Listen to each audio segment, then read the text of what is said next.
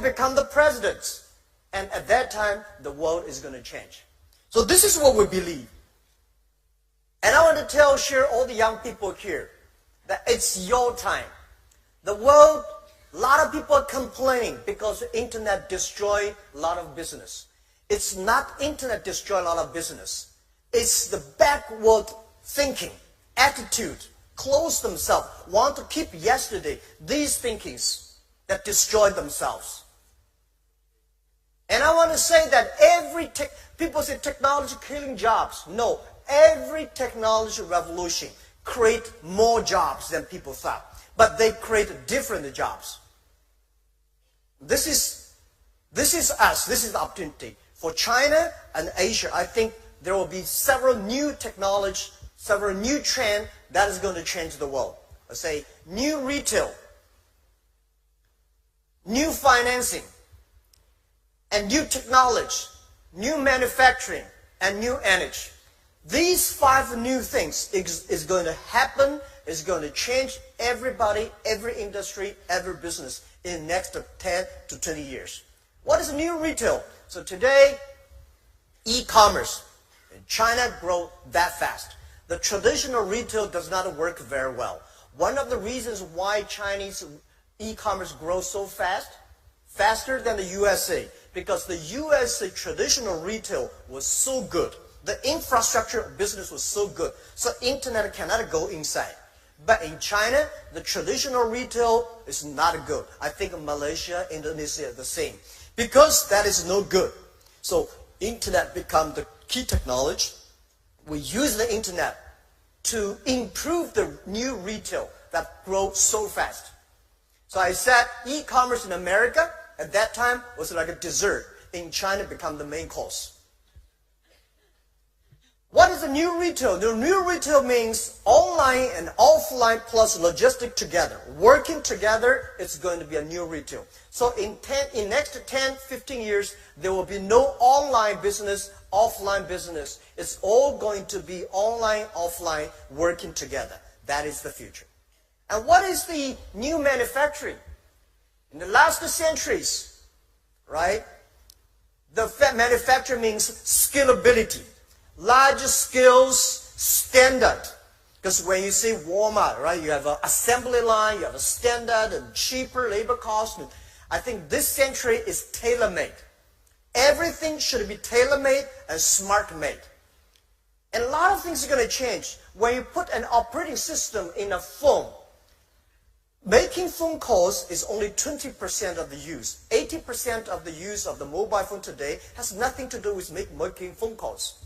Imagine if we put an operating system in a car, if we put an operating system in a lights or in any refrigerator or washing machine, the world is going to change. And everything is going to produce them. So the new manufacturing is going to change a lot of industry. Today, if your industry is based on assembly line, standard, and large scale, low cost, low value, low price, you have no future. And the third, new financing. In the past 200 years, the financial institute is trying to focus on 20-80 ways. Everything they do, everything they design is for 20% of the big companies, multinational companies, rich companies. They do not care about the 80% of the companies or consumers, small business that don't have the financial support. So the new financing is using the data technology, using new technology to empower those 80% of the small business, consumers that never be able to reach. This is the internet is going to change. And I'm sure that a lot of big banks, traditional banks, will cry for that. Today, they are not made for those 80% of the markets, 80% of consumers. And this wave is going to be coming much faster than you think. The mobile technology, mobile payment. Today in India, right, only within 2 years, our partner there has already used a mobile phone to pay 200 million people using mobile phone to pay and get the money. So if you're using traditional ways, it's almost impossible within 2 years. So the new financial institution is going to change. The new financial system is going to change the world. The next is about new technology. Well, in Asia, we lost the IT. Today we're in the DT. I say from IT technology, IT time to DT time. It's not Donald Trump time. But data time. It's totally different concept. IT is to make yourself strong, to enable yourself. DT is to enable the others. DT is so powerful. So the IT time that Asia lost our chance. We don't have IBM, we don't have a Microsoft, we don't have a Cisco, we don't have a Intel chips. But on the DT time, we have a chance to win. And I think Asia and small business, especially those countries with low IT technology, it's a chance for us. A mobile phone today is much more powerful than a powerful PC computer 20 years ago. And look at Asia, look at Malaysia, Indonesia, Philippines. So many farmers are using mobile phones. If we can use the mobile technology, collect the data, things are going to be changed. So how we should put efforts, not following the IT way, but following the DT way. What is the mobile technology? What is the data technology? What is artificial intelligence or machine learning? These are the things I think Asian people can have the great opportunity to win. And then finally, I would say, but not least, this is the new energy.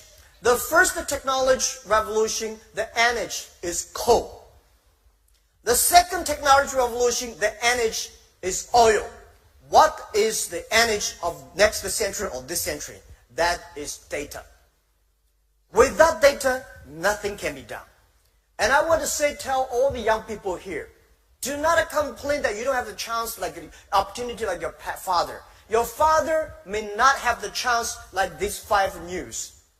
If you start to learn, if you start to make up now, start to prepare now, you may succeed in 10 years. You will never succeed tomorrow. But if you prepare, you have a chance. If you believe the future, if you believe this technology, if you believe this technology revolution is going to change the world, start to do now, 10, 15 years then. What you are today is not designed by yesterday. It's designed by 15 years ago, your effort. So your 15 years later, your life is decided by your today's decision and efforts. So this is what I believe. And I'm not like a bold. I think one thing that I always say, we cannot decide which family you were born. If you happen to born in a Bill Gates family, you're lucky. But you don't have chance. But we cannot decide where we're born, but we can decide where we die, how we want to die. If you want to die in a prison, it's simple. If you die in a decent, a lot of friends, also you have to make a lot of friends. You have to change your character, value system, these things. And I know I'm not going to die in my office. I'm going to retire and die on the beaches. Life is not about work. Life, you come to this world, it's a journey. All right? I believe we come to this world for holiday. All right. The other thing I want to change is that whether you like it or don't like it, this transformation is moving much faster than you thought. A lot of things are going to change. As I said, the white collar, today's white collar today is going to be, a lot of jobs are going to disappearing. So you see, you are data analyst. So people say, I'm learning data. So I'm going to do data analysis because this is going to be a hot job. I tell you, there will be no data analyst next to 10 years. The machine is going to do much better job than you are. In the past 20 years, we make people like a machine. Next 20 years, we will make machine like people. Machine is going to be more powerful, smart than people. And I think I told my team 8 years ago, I said, in 30 years, the best CEO of that year, of the cover man of Time magazine, will be a machine. You like it, don't like it. Let's wait and see if we can live for 30 years. Because in the past centuries, the business focus on manufacturing. And next 30 years, business should focus on creativity. So because of that, a lot of things should be changed. Let's change the education. Let's change the way we teach the kids. I think we should put not only the knowledge, machine can remember knowledge much faster. I said to a lot of people, say, when we compete who is smarter, we say, well, this guy recite, can remember every words, every poems, every sentences. He's very smart in remembering. I tell you, machine can remember better than you do. And those guys who can calculate faster, machine can calculate faster than you are. Machine never get angry, never get tired. They can always do a better job than you are. So if you in the future want to compete with the machine who is more knowledgeable, you have no chance to win. How we can compete with machine? I think we should teach our kids culture, value. These are the things that human can always win the machines. That is why we should teach the kids. There are two things I think the education focus on: imagination and creativity, and teamwork. These are the things that we should teach our kids. We should teach our kids music. We should teach our kids sports.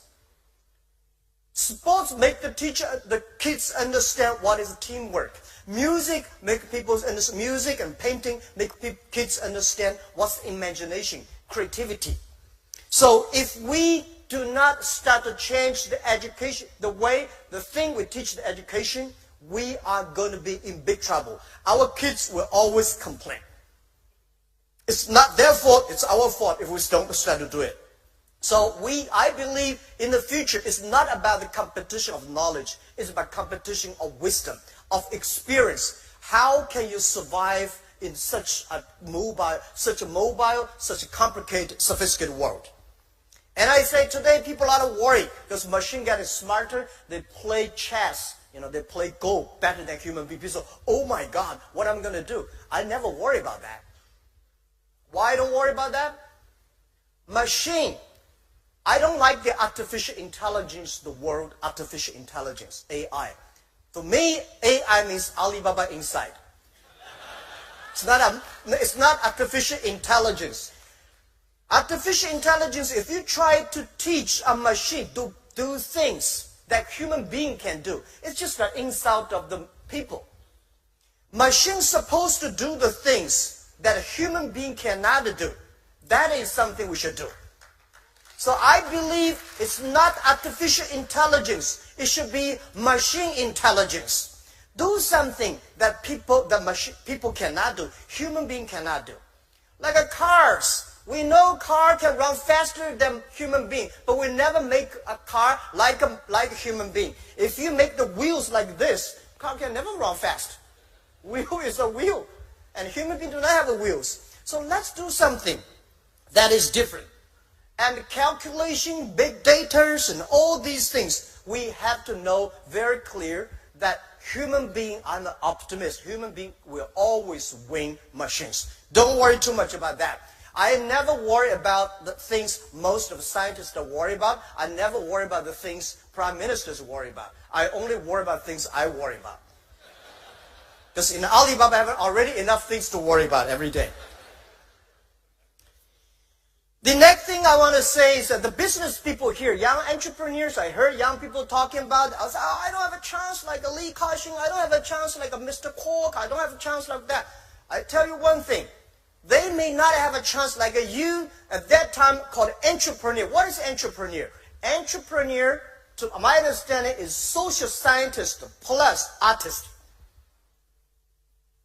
You have to be a social scientist. You understand a human being. You understand the behavior. And then there's need, change yourself. And you should be very artistic. How do you make the team? The reason why Jack Ma succeed is not because I'm that smart. Because I have great people. I know how to work with them. And the great people and I will know how to understand the society. What's the need? So if you want to be a company to be more successful, you have to sure what big problem you solve for society. The big problem you solve for society